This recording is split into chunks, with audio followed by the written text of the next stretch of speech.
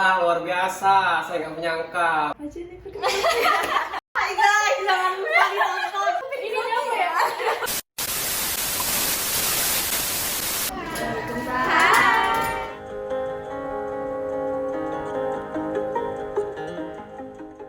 Halo semuanya, kenalin nama aku Nur Aziza. Nama gue Tirta Sumajaya. Nama aku Serlera Tania. Nama gue Marta Betama. Ilham Maulana. Saya Ahmad Sutiat Mawar. Saya Widius Putri. Nama saya Laura Santi. Juga Aini Zana. Saya Agit Savitri.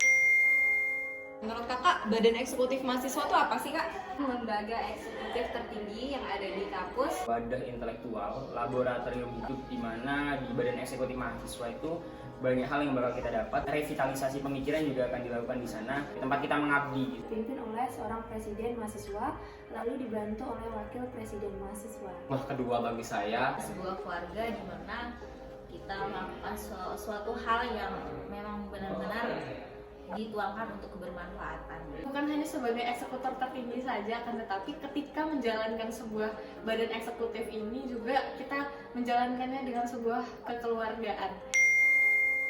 Ada berapa kementerian sih kak? Dan ada apa aja tuh kementeriannya? Ada 10 kementerian. Kementerian Sekretaris Kabinet. Kementerian KPSDM, Kementerian Agama. Kementerian Sosial dan Kesehatan. Mendagri, Kementerian Ekonomi Seni dan Olahraga, Pemberdayaan Wanita. ada juga Kominfo. Selama kakak tergabung dalam badan eksekutif mahasiswa, udah dapat apa aja nih kak pengalaman-pengalamannya?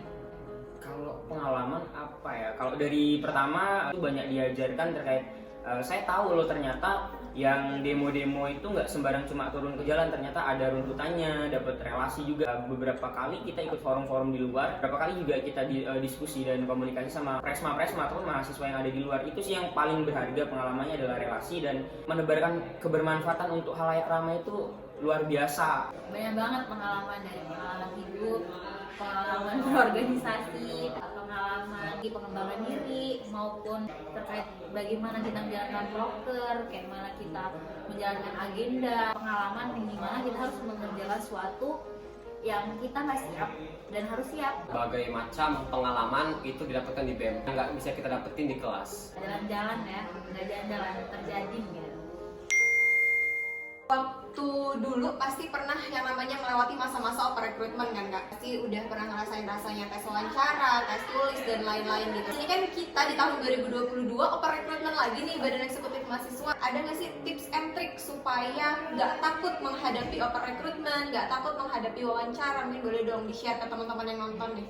Tes BM itu jangan takut sebenarnya. Menang adalah yang bisa mengendalikan rasa takutnya. Ini maksimalin aja. Tes wawancara itu bukanlah hal yang menjadi momok gitu. Memang sih awalnya tegang, pasti bingung mau kementerian apa dan mau sebagai apa gitu di dalam roda pengurusan. Kalau memang kalian nggak tahu, ya dicari dulu sebelum itu. Percaya aja sama diri kalian kalau kalian tuh mampu, karena sekali lagi kita nggak bakal tahu kita tuh mampu apa enggak kalau enggak kita ngejalaninnya.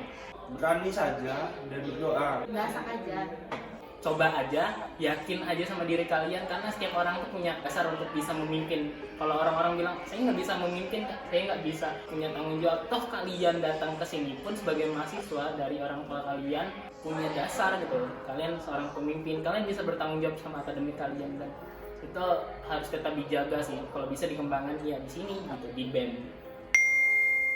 Sebenarnya ikut organisasi khususnya BEM itu tuh mengganggu akademik dari Kak Tirta nggak sih? Kembali lagi ke orangnya. Organisasi itu bukan ranah yang untuk membuat kita jadi semacam terbatas, tapi organisasi itu malah membebaskan kita buat berekspresi. Kayak ketika capek di jurusan, ada hal baru dan hal menyenangkan baru yang bisa didapat di BEM. Nggak ada yang buat kita susah dalam akademik dan organisasi selagi kita mau berkorban lebih. Tentu enggak. Skala prioritas kita harus matang gitu. Akademik menjadi kewajiban, organisasi menjadi sebuah pilihan. Ini IPK juga belum pernah turun dari 3 dan yang menjadi nilai plusnya kita tuh dikenal sama dosen, bukan cuma dosen di jurusan tapi juga di direktorat dan yang lain-lain. Tugas mahasiswa itu bukan cuma ngejar akademik, tapi kita juga jadi social controlnya, kita juga jadi role model di situ, memahami konteks-konteks pembelajaran yang dari kita mahasiswa kesehatan, kita juga belajar tentang perpolitikan, tentang dunia luar. Sejauh ini sih overall is good. Masuk badan Eksekutif mahasiswa ataupun organisasi lainnya tuh nggak menutup kemungkinan untuk kalian menjadi mahasiswa berprestasi. Ada salah satu menteri kami dulu pernah jadi mahasiswa berprestasi tingkat nasional gitu Poltekkesnya, dan alhamdulillah juga saya jadi mahasiswa berprestasi yang kedua di Sepoltekkes ini gitu. Widih. Nah, tapi ini biar semangat gitu ya. Yang namanya organisasi itu tuh sebenarnya penting nggak sih Kak? Khususnya BEM gitu ya. Itu tuh penting nggak di dunia perkuliahan ini? Penting banget sih, penting banget. Kalau misalkan kita akademik aja gitu, nantinya kita nggak tahu nih gimana cara berkomunikasi yang baik dan benar gitu. Orang-orang yang ikut organisasi memang orang-orang yang lebih berpikirannya lebih terbuka. Cara menghadapi dan mengendalikan orang lain itu kita belajar di organisasi. Karena biasa di forum ya, jadi kita nggak mudah tersinggung sih. Organisasi ini menunjang ke perkuliahan kita, terutama di bagian manajemen waktu. Kalau mau tahu paling banyaknya lagi, cobain masuk BEM. Udah kasih motivasinya kepada teman-teman yang masih takut, masih belum berani, masih belum percaya diri untuk mendaftarkan dirinya di organisasi. Kesempatan tidak akan datang 2 kali. Jangan ragu, jangan takut. Coba dulu, walaupun itu kamu tidak mengetahuinya BEM itu apa, silakan pelajari. Kita semua itu bisa gitu, kita semua cerdas dan kita bisa mencerdaskan orang lain. Perlu cemas karena kalau dari niat kita yang baik, insya Allah tuh bakalan bantu kita gitu. Kalau memang kita sudah ditakdirkan menjadi anggota BEM, ya insya Allah kita bakalan keterima. Tetap semangat. Tetaplah kalian menjadi berlian yang bernilai, tetap ambis dalam segala hal gitu, dengan ambis yang baik. Jangan pernah takut, percaya akan potensi diri kita masing-masing. Menurut saya kawan-kawan semua yang belum bergabung di Ormawa harus wajib coba gitu. Mungkin pertama akan melelahkan, akan membosankan, tapi setelah bergabung saya yakin akan banyak hal yang kalian dapatkan dan pastinya kalian tidak akan menyesal. Masa kalian cuma sementang bayar UKT terus udah hanya menuntut terkait UKT, tapi apa yang udah disumbangsiin untuk negeri ini? Jika kalian udah nyemplung di perkuliahan, kenapa nggak sekalian aja kita explore diri kalian untuk ikut di organisasi kemahasiswaan, khususnya badan eksekutif mahasiswa. Jangan nanggung-nanggung kalau udah masuk perkuliahan, tetap jadi diri kalian. Percaya diri lah pada intinya ketika daftar. Saya yakin itu ketika kamu masuk BEM itu akan bermanfaat untuk diri kamu ataupun lingkungan sekitar. Khairun nas anfa'uhum linnas, sebaik-baik manusia ialah yang mampu memberikan kebermanfaatan untuk orang lain. Perbedaannya pemimpin dan pemimpin itu hanya dibedakan oleh satu huruf, yaitu M.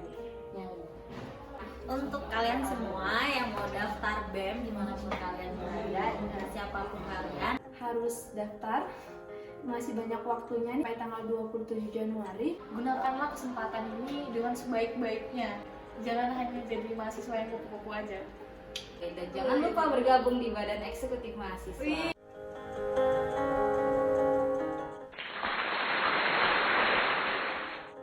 Hai semua warga Poltekkes, kenalin gue Anja, gue Laras. Jangan lupa daftarkan diri kalian di Badan Eksekutif Mahasiswa Poltekkes Tanjung Karang periode 2022. Kita buka pendaftaran sampai tanggal 27 Januari ini loh. Ya, jangan lupa daftaran diri kamu ya di Kabinet Lentera Bara Karsa. Bersama Kabinet Lentera Bara